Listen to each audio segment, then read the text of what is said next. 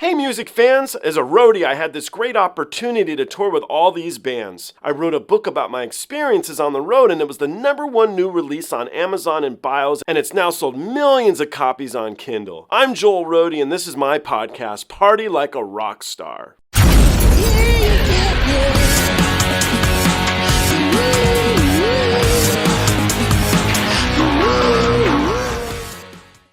This is my last episode for now with my friend Darren Paltrowitz. Darren does interviews. He has a podcast. His podcast is called Paltrocast with Darren Paltrowitz. I welcome you guys to check it out. It's very, very good. He's interviewed pretty much the who's who in all of entertainment, not just music. And he's a good guy. We've become friends as he did an interview on me when I wrote my book, and we stayed in touch. So this is our finale for now. He chose to play Corey Feldman. It's a little bit out of my normal space, but I've never listened to Corey sing or anything. So let's jump into this together, and let's see this time what I think of Mr. Corey Feldman's musical career. Let's give it a go. Okay, so this is Corey Feldman. I'm obviously familiar with him as an actor. I have never, ever heard him sing or do any performances. I know he did some kind of Michael Jackson type performance thing at some point where it was like a... He does in this video too. Don't you worry. But I think that what I'm thinking of, I think it was on like an Oprah or something, like it was on a show, maybe. But I might be wrong. I don't know. I never watched any of it. He still works that into everything, and sometimes he claims he taught MJ those moves. So if you go down the Corey checklist, it's all in this horrid music video that I look forward to watching your pain and suffering as you watch it. My wife genuinely loves it. She's a big Corey defender. We have to go see him, I think, in October, because one of our friends bought 11 or 12 tickets. I think they were $10 a piece in Jersey. So I think all the guys are going to be drinking in the back of the venue, and all the girls are going to be up front.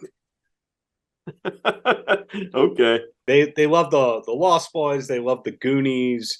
There's a poster of the Burbs behind me. Burbs is awesome.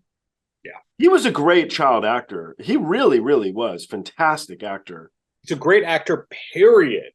He is just not cut out to be a singer, and you're going to see an Ascension Millennium. All right, let's do it. Day in the life. So we're clear. I'm listening to this with open ears. I don't care what you have to say, Paltrowitz. Dog. Ascension.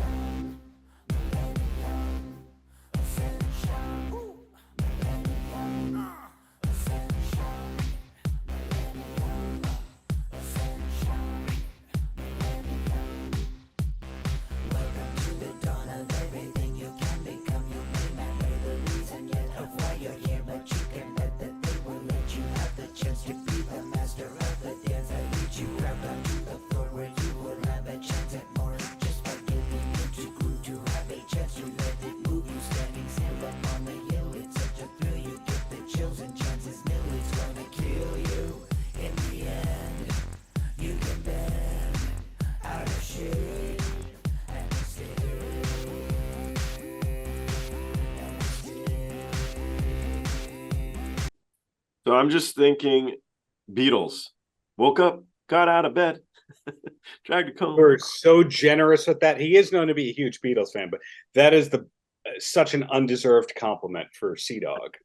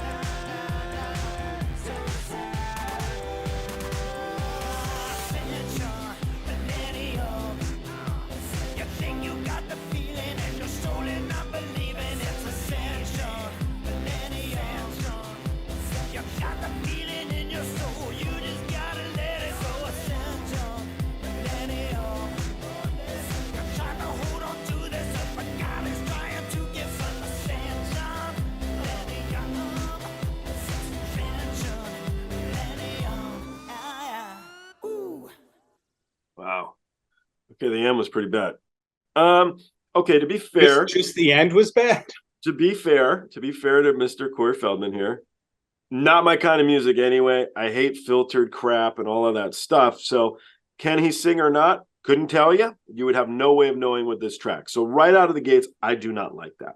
Correct. What he's doing here is really clear. You've got Sean Astin there, which is with the the Goonies map, and then at the end, did you notice it had the statue, the Michelangelo statue?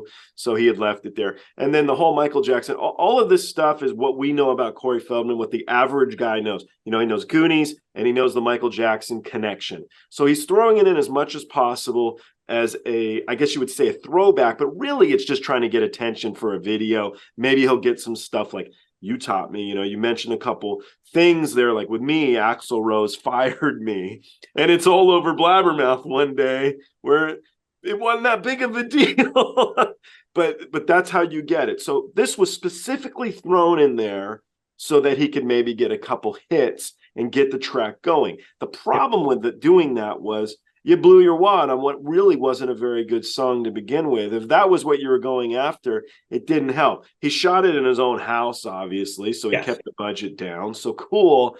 But what did you notice the energy drink sponsor tent? Like 5 of them.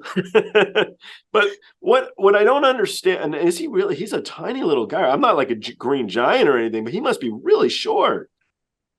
So he's a little fella. And then I don't like the makeup, especially in his eyes. I didn't think that looked too great. So, but not bashing him on the way he looks or whatever. It's how he likes to look. But for his age, he looks fantastic.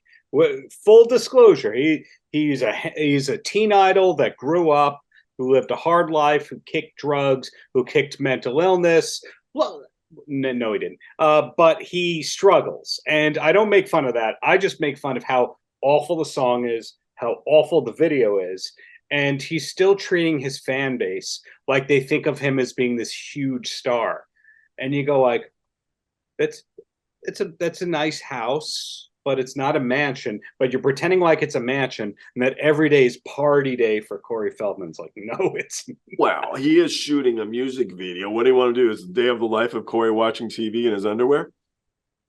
Well, does he take a bite of that pancake that the chef made for him? What was with the pancakes? Yeah, was that a Dave Chappelle reference or something? No, I think he just wastes pancakes. He's so successful. He doesn't have to eat the food that his chef makes for him. Well, pancake is expensive. See, they should have gone with crepes. Then it would have made more sense. They could have used my skills. But then he has that band on retainer upstairs.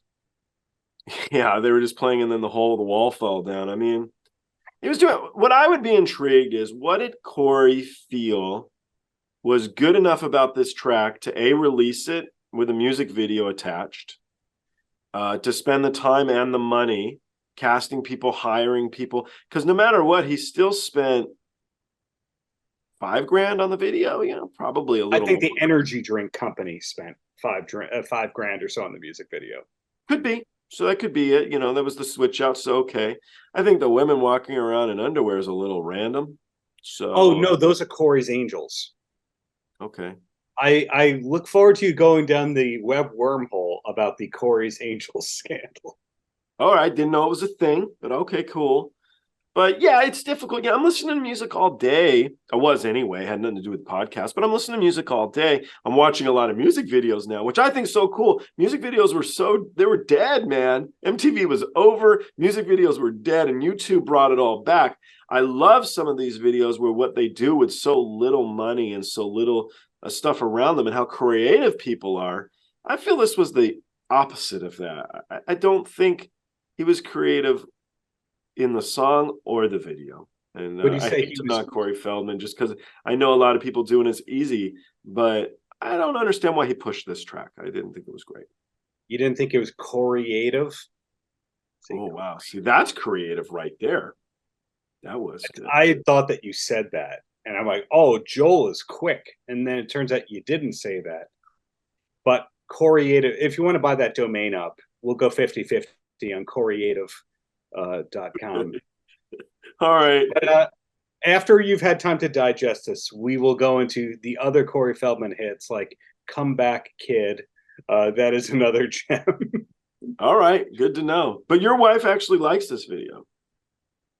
I think she has a childhood appreciation for the Goonies, the Lost Boys, and the Burbs, and all these films that Corey was part of, and therefore she doesn't resent him like I do. So you never liked any Feldman movies? I liked Rock and Roll High School Forever, but that's because I was 10. I didn't, what did I know? I was 10 years old. Stand By Me, no good? It's good. I don't think of that as a Corey Feldman film. I think that is more of a Kiefer Sutherland being a douche film. Huh. Okay. Terry O'Connell. Yeah, all right. River Phoenix, just whatever. Yeah, hell of a cast. Isn't that based on a Stephen King story? And then it was directed by Sure. Spielberg? Correct. Yeah. Sorry? Was it directed by Spielberg, Stand By Me? No. Isn't it Rob Reiner? Reiner or Zemeckis, one of the famous Robs. My point is, it's got so many famous people attached to it. I don't even think of it as a Feldman movie, but it is. Yeah, he had a lot of big movies, License to Drive, Dream a Little Dream, etc. When I got to interview him in the early 2000s, he's promoting his new movie, Bikini Bandits. I didn't get to see that one, but so Stand By Me is Rob Reiner. okay, it's one of the famous Robs. And I love Rob's work from producing Seinfeld and Spinal Tap, etc. But what I'm getting at is I think that she gives Corey a lot of leeway because of his great filmography. Whereas I go, this is of the actors doing the music thing, of your Childish Gambino up here, Watermark, and your, I don't know, who's at the bottom rung of it? I don't know. My headspace is different. You know, we got Dog Star with Keanu Reeves. I'm going to assume you don't like them either. I didn't say that. And they just announced the biggest tour of their career. Dog Star's playing big venues. Kudos to Keanu. Right. So, and I actually worked for Dog Star for a few minutes. I didn't know that. I did. Wow. I did. Yeah, I worked with them in the recording studio, so I got to see the magic happen. And to be really frank, Keanu was a super awesome guy. Everything everybody says about him all the time is for a reason. He's a really nice dude. The singer of that band, his name is Brett. Really, really nice dude as well. The drummer, I didn't really spend a lot of time with. I think his name is Rob. And he was a soap opera star, if I remember correctly. Oh, nice. I didn't know that. Well, I think that these days you don't have to just listen because they're an actor. I think that there's legitimately great actors who are musicians and musicians who are great actors. I think it goes both ways. You know, Jared Leto's stuff is not my cup of tea, but I think he's great in 30 Seconds to Mars. I don't think that we have to give him any leeway. You go, no, that guy is a star. And it's a long list of that. I had an argument. So they thought his Joker was the best Joker. And I'm like, on what? How? I thought it was awful. So. But the Jim Belushi blues band, I'm going to put towards here. I'm not going to give Jim Belushi any ability to do a Blues Brothers tribute just because his brother was in the Blues Brothers movie. Didn't cut it. What about Lynyrd Skynyrd? No actors I'm aware of in Lynyrd Skynyrd. No, but it's his brother's band. Oh, Johnny, yeah. He's really a singer. Jim Belushi, basically, I don't want to bash actors. I'm sorry. I'm done for this. Yeah, we move on. All right, let's call it a quits for now. If people like this, we can pick up more of it. So, thanks for having me, Joel Roadie. Thank you, my friend. I'll see you soon.